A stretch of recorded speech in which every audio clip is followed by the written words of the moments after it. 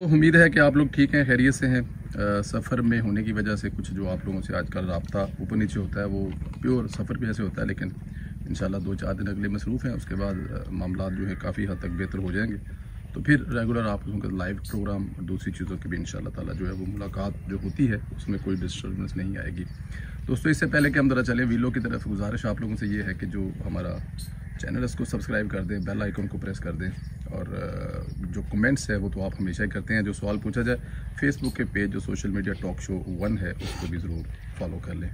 दोस्तों, एक वक्त था कि इमरान खान सरेआम कत्ल भी कर देता था, तो अदलिया में इसके जो सहूलतकार मौजूद होते थे वो कोई उनको कुछ नहीं कहता था। इमरान खान को सज़ा नहीं होने देते थे कि इमरान खान मतलब कुछ भी कर ले तो इमरान खान को साथ होनी माफ। हालात ऐसे ही थे। इमरान खान इसीलिए देदा दलेरी के साथ पूरी रियासत पर हमलावर होता था कि वो मुझे माफिया जो उसका बैठा हुआ था, जो उसके सहूलत खा थे, वो उसको बचा लेंगे।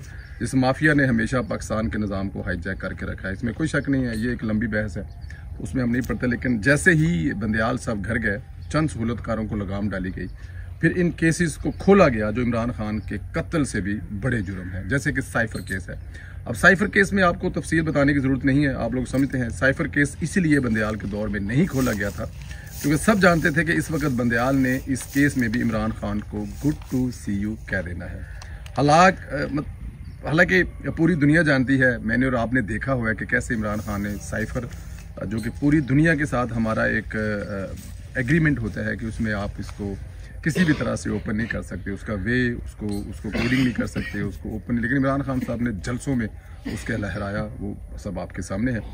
हालांकि ये मुल्क के साथ संगीन गद्दारी केस था, इसलिए कमाल समझदारी का मुजाहरा किया गया और इमरान खान को यही तासर दिया गया कि वो जीत रहा है, और जैसे ही इसके मालिक है बंदियाल भी, फिर रियासत ने अपना, जाहिर है जब बंदियाल जाएगा तो रियासत अपना काम तो करेगी। आपने ये भी देखा कि साइफर केस में इमरान खान की सजाएं नवंबर में वाज़िया तौर पर नजर आ रही थी। इस केस में टोटल 27 गवाह हैं। पहले 3 गवाह तो ऐसे हैं कि इनकी गवाही ही दुनिया की कोई अदालत झुटला ही नहीं सकते। जाहिर है वो इमरान खान के साथ जितने करीब हैं, उन्होंने जो देखा है, अगर उसकी वो गवाही देंगे तो मेरा नहीं ख्याल कि कोई भी अदालत उसको झुटला सकेगी। इमरान खान ने इस केस में जमानत के लिए इस्लामाबाद हाई कोर्ट में रजू किया था, जो कल फैसला महफूज हुआ और आज सुना दिया गया। जज साहब ने इमरान खान की जमानत तो मुस्तरद कर दी और कहा है कि इमरान खान जेल में ही रहेगा, लेकिन जो तहरीरी फैसला जारी किया वो बहुत खतरनाक है। आप ये समझ सकते हैं कि इमरान खान की सजाएं उस फैसले से कन्फर्म नजर आ रही हैं। Chief justice Islamabad high court ने तहरीरी फैसले में कहा है कि बादुल नजर में साइफर केस में ऑफिशियल सीक्रेट एक्ट सेक्शन 5 का इतलाक होता है। यानी चीफ जस्टिस ने कहा है कि इमरान खान पर ऑफिशियल सीक्रेट एक्ट लगता है, और लगता भी है। देखिए, आप मुल्क के वजीर आजम, इससे पहले क्या नहीं हुआ। जुल्फकार अली भुट्टो को फांसी दे दी गई, मोहतरमा शहीद बेनज़ीर भुट्टो को शहीद कर दिया गया, आसिफ अली जरदारी 10 साल जेल में रहे, नवाज शरीफ साहब की 3 दफ़ा हुकूमत ख़त्म की गई, लेकिन कोई भी इस लेवल पर नहीं गया।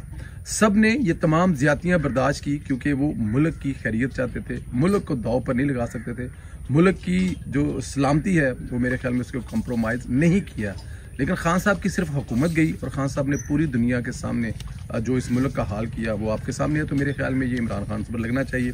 तहरीरी फैसले में ये भी कहा गया है कि FIA के मुताबिक साइफर इमरान खान के कब्जे में है। बिला शुबा व शक चेयरमैन PTI के खिलाफ तमाम दस्तावेजात जो सबूत है वो मौजूद हैं, और इमरान खान की संगीत जो नोयत के इल्ज़ामात पर जमानत नहीं बनती। कि इमरान खान साहब एक खतरनाक मुजरम कह सकते हैं आप, सादे लफ्ज़ों में अगर कहा जाए तो। यानी जज साहब भी मान रहे हैं कि इमरान खान के खिलाफ साइफर केस में वाज़ेह सबूत मौजूद हैं और इमरान खान की इसीलिए जमानत नहीं बनती। फैसले में कहा गया है कि वजारत खारजा ने साइफर को डी कोड करके प्राइम सस्पेक्टेड भिजवा दिया। चेयरमैन PTI ने बतौर वज़ीर आज़म साइफर को वसूल किया और बज़ाहिर दुनिया की नज़र में उसको गुम कर दिया। हाई कोर्ट के फैसले में कहा गया कि अदालत में पेश दस्तावेजात के मुताबिक दफ्तर खारजा की वाज़ेह पॉलिसी है, और पॉलिसी के मुताबिक साइफर क्लासिफाइड डॉक्यूमेंट है जिसे गैर मजाज अफराद शेयर से नहीं किया जा सकता, और साइफर कुछ वक्त के बाद फॉरेन ऑफिस वापस जाना होता है। जाहिर है क्योंकि उसने वहाँ पर महफूज होना होता है, उसको वहाँ पर रखना होता है, तो ये नहीं हो सकता कि उसको आप जलसों में लहराएं, मीटिंग में उसके मिनट बनाएं और अपने मतलब के लिए इस्तेमाल करें। अदालती फैसले में यह भी कहा गया है कि हुकूमत गिराने की साजिश से अवाम को आगाह करने में दलील में वजन नहीं। इमरान खान ने बतौर वज़ीर आज़म फ़राइज़ अंजाम देने के बजाय सियासी इज्तिमा से खिताब कर रहे थे। ये सबसे अहम चीज़ है कि अदालत ने ये भी कह दिया है कि इमरान है साइफर को अवाम के सामने रख दिया, हालांकि ऐसा नहीं होना चाहिए था, ये गलत अमल था।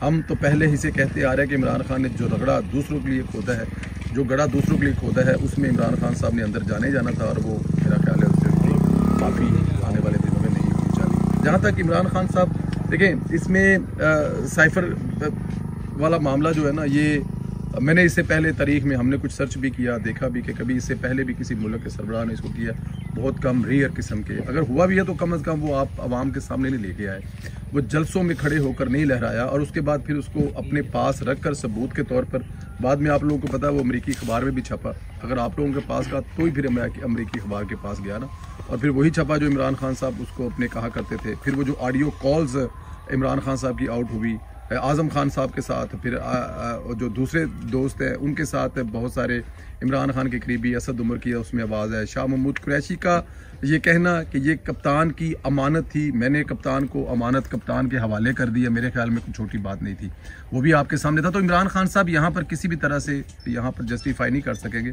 लोगों की हमदर्दियाँ लेने के लिए, लोगों को अपने साथ लगाने के लिए, एक झूठा बयानिया बनाने के लिए, जज्बाती तकरीरों करने के लिए, पाकिस्तान के सादा लोग अवाम जो अब भी शायद यही समझते हैं किसी जगह पे या किसी एक हिस्से को शायद अब भी नज़र आता है कि इमरान खान साहब दोबारा आएंगे, तो खुदा ना करे ऐसा हो, क्योंकि अगर दोबारा आएंगे तो जो रहा सहा ये पाकिस्तान है उसका जो हाल करेंगे मेरे ख्याल में वो भी किसी से ढका छुपा नहीं है। तो इसलिए अल्लाह ताला की ज़ात इस मुल्क पर रहम करे और इमरान खान साहब जो है जहाँ पर हैं वहीं पर रहें, ये हमारी ख्वाहिश भी है, दुआ तो फिर है ही है। खैर जी, इधर फैज़ाबाद धरना केस जो है ना, इसमें फैज़ हमीद की फील्डिंग टाइट होती जा रही है। आज फैज़ाबाद धरना केस में सुप्रीम कोर्ट में सुनवाई थी, वहाँ बहुत अहम चीज़ सामने आई है।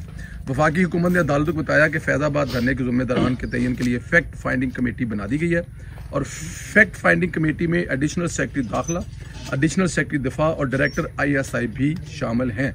ये छोटी बात नहीं है, और वो भी वक्त के तगड़े 3 जनरल फैज़ हमीद के खिलाफ, जो उस वक्त इतने तगड़े थे कि उन्होंने पनामा जैसी जो पूरा एक ड्रामा बनाया। मैं पनामा का इसलिए कह रहा हूँ कि बनाया इसलिए कह रहा हूँ कि शौकत अजीज सिद्दीकी साहब की जो एक बार जो हमारे साथ उन्होंने प्रोग्राम किए वो सारे के सारे हमारे सामने हैं कि वो छोटी चीज़ें नहीं थी जो शौकत अजीज सिद्दीकी साहब ने हमें अपने प्रोग्राम में बताई थी कि उन्होंने कहा जनरल फैज़ हमीद ने घर पे आकर कहा कि जज साहब अगर तुसी साड़ी ये गल नहीं मनोगे नवाज शरीफ नूं और मरियम बीबी नूं सजावां नहीं दिओगे तो असी जिहड़ी 2 साल मेहनत की साडी ज़ाया चली जाएगी।